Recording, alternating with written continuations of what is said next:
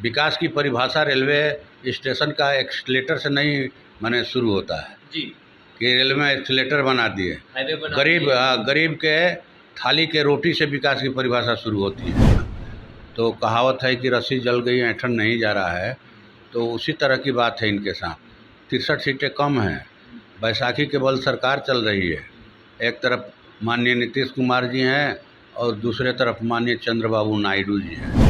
देखिए, एक तरह से ये आरक्षण को ही ख़त्म करना चाहते हैं, ठीक ना। जब आरक्षण हो गया कि भाई इतने नंबर से नीचे वालों को लिया जाएगा, तो फिर आरक्षण के अंदर आने वाले लोग अगर वो हाईएस्ट मार्क्स लाते हैं तो उनको तो जनरल में रखना चाहिए। उनको क्यों आरक्षण में ला रहे हैं आप?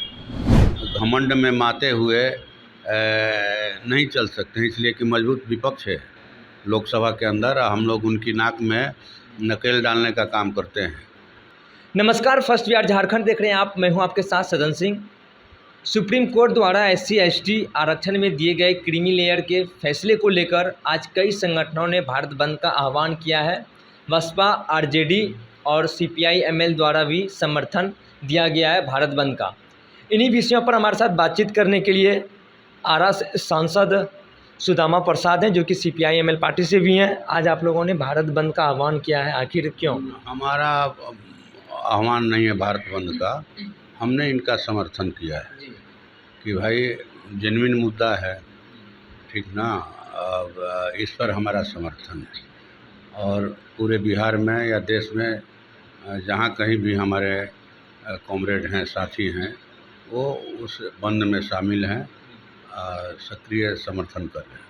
जी, जिस तरीके से SC/ST आरक्षण में क्रीमी लेयर दिया गया, उसको लेकर आप लोग क्या चाहते हैं? देखिए, एक तरह से ये आरक्षण को ही ख़त्म करना चाहते हैं, ठीक ना। जब आरक्षण हो गया कि भाई इतने नंबर से नीचे वालों को लिया जाएगा, तो फिर आरक्षण के अंदर आने वाले लोग अगर वो हाईएस्ट मार्क्स लाते हैं तो उनको तो जनरल में रखना चाहिए। उनको क्यों आरक्षण में ला रहे हैं आप, ठीक ना। तो ये तो प्रक्रिया शुरू हो गई है। जैसे कि इनके MP ने भी कहा 2024 के चुनाव के पहले, अनंत हेगड़े जो कर्नाटक से हैं, कि हमको 400 पार इसलिए चाहिए कि संविधान को ख़त्म करना है। बाबा साहब भीमराव अंबेडकर का संविधान, जिससे हमें वोट का अधिकार मिला, इस देश के करोड़ों गरीबों को शिक्षा का अधिकार मिला, आरक्षण का अधिकार मिला, तो ये इसे ख़त्म करके मनुस्मृति से देश चलाना चाहते हैं। हेगड़े साहब भी ये बात डंके की चोट पर कह चुके हैं। लेकिन वो लोग तो कई बार कहें कि हम लोग आरक्षण या फिर संविधान खत्म करने की बात कही ही नहीं है, और हम लोग नहीं चाहते कि बाबा साहब भीमराव अंबेडकर के संविधान खत्म हो। हाँ, अब उनको तो मैंने अब कहना पड़ रहा है, इसलिए कहना पड़ रहा है कि अब देख लिए कि इसका क्या असर हुआ। 63 सीटें कम आई बीजेपी को, 303 से वो 240 पर आ गए। तो ये हार जो है उनकी, अभी अब वो पहले की तरह है। मैंने कहा जाए कि घमंड में माते हुए नहीं चल सकते हैं, इसलिए कि मजबूत विपक्ष है लोकसभा के अंदर। हम लोग उनकी नाक में नकेल डालने का काम करते हैं। अभी जिस तरह से ये वक्फ बोर्ड विधेयक आया था, इसको जो है संसदीय संयुक्त समिति को पेश किया गया कि भाई विचार किया जाएगा, इसके बाद होगा। तो कहावत है कि रस्सी जल गई ऐंठन नहीं जा रहा है, तो उसी तरह की बात है इनके साथ। 63 सीटें कम हैं, बैसाखी के बल सरकार चल रही है। एक तरफ माननीय नीतीश कुमार जी हैं और दूसरे तरफ माननीय चंद्रबाबू नायडू जी हैं, और बैसाखी के सहारे चलते हुए भी वो कहे कि दुष्टई करने से बाज नहीं आ रहे हैं। आप बैसाखी की बात करते हैं, चंद्रबाबू नायडू और नीतीश कुमार ने तो पूरा समर्थन दिया हुआ है उनको, और उन्हें वो तो कहते हैं कि आपका जो फैसला, प्रधानमंत्री मोदी का जो फैसला, वो हम लोगों का फैसला होगा, वो तो कहते नजर आते हैं। ये गलत है। उस दिन तो थे हम लोग सदन के अंदर। अगर ये बात सही होती तो ये वोटिंग कराते कि नहीं वोटिंग होगा इस पर, ठीक ना। उसके बाद पता चल जाता, दूध का दूध पानी का पानी हो जाता सदन के अंदर। वोटिंग तो नहीं कराए ना, संयुक्त संसदीय समिति को दे दिए कि भाई इस पर विचार किया जाएगा। ये विरोध है इस सवाल पर, JDU के अंदर भी है और तेलुगु देशम के अंदर भी है कि हम इसका समर्थन नहीं कर सकते हैं। अब इसके इतर अगर हम बात करें, सुदामा प्रसाद आरा के सांसद अब बन चुके हैं। तरारी विधानसभा क्षेत्र से आप विधायक थे, 2020 में चुनाव जीते थे, वहाँ पे उपचुनाव होना है। लेकिन तरारी विधानसभा क्षेत्र से CPI ML के उम्मीदवार कौन होंगे? पार्टी तय माने करेगी, तिथियों की घोषणा हो जाए। हम लोग तो हमेशा तैयारी में रहते हैं, गरीबों की लड़ाई सड़कों पर लड़ते हैं। जब लोकसभा विधानसभा का सत्र चलता है तो पटना दिल्ली रहते हैं, सत्र नहीं चलता है तो एक कार्यकर्ता बनकर भूमिहीन गरीब किसानों के बीच, मजदूरों के बीच, शहरी गरीबों के बीच, रिक्शा टमटम ठेला चलाने वालों के बीच, फुटपाथी दुकानदारों के बीच हम लोग काम करते हैं। उनकी रोजी रोटी के सवाल को शिद्दत से उठाते हैं। अभी बिजली के सवाल पर हम लोगों ने 13 अगस्त को विशाल धरना दिया और कुछ चीज़ें ठीक हुई हैं। वहाँ तो एक तरह से कहा जाए कि बीजेपी हारने के बाद षड्यंत्र शुरू किया गया बदनाम करने के लिए माले को कि ये लोग जीते हैं तो बिजली ख़त्म कर दिए। बिजली तो हम नहीं पैदा करते हैं, ना हमारी सरकार है पटना में या दिल्ली में, इनकी सरकार है, इनके ऊर्जा मंत्री हैं दोनों जगहों पर।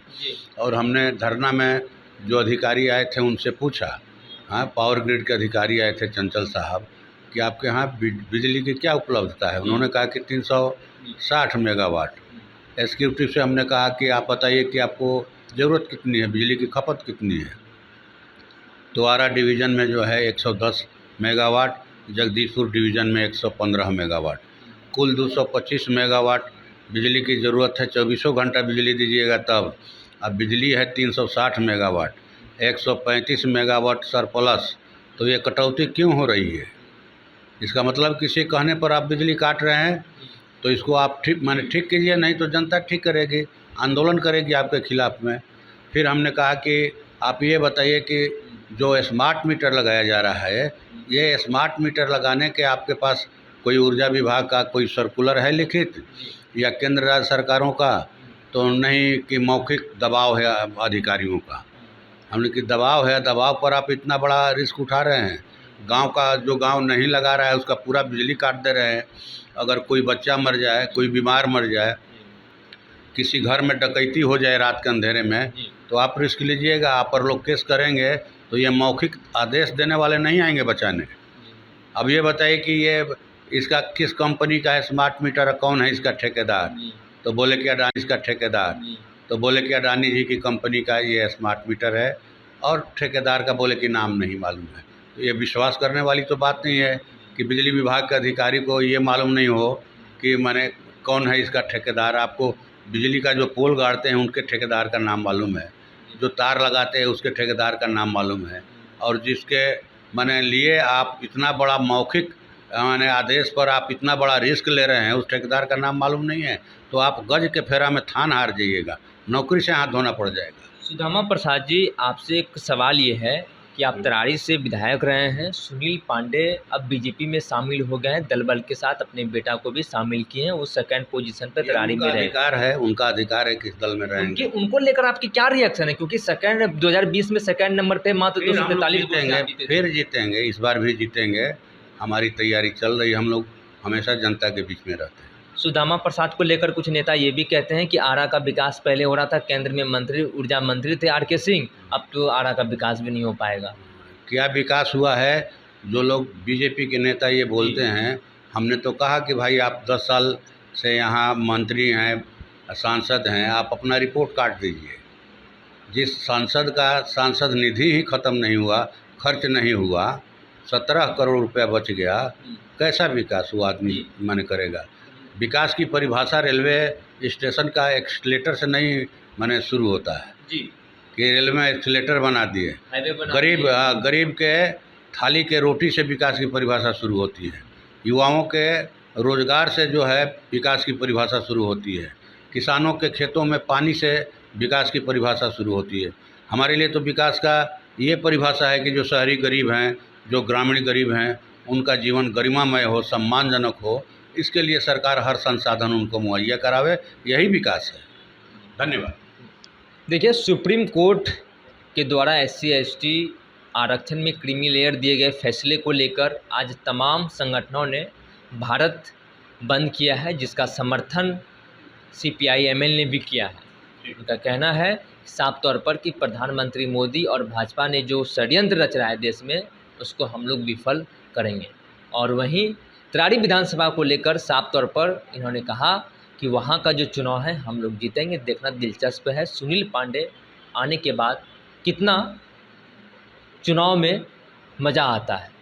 बहरहाल इस खंड में इतना ही। आगे की अपडेट के लिए बने रहिए फर्स्ट बिहार झारखंड पर। मैं संजय सिंह पटना। 17,000 से अधिक डॉक्टर बना चुका बिहार एवं झारखंड के छात्रों एवं अभिभावकों के बीच सर्वाधिक विश्वसनीय एवं लोकप्रिय संस्थान गोल, नेशंस लीडिंग इंस्टीट्यूट।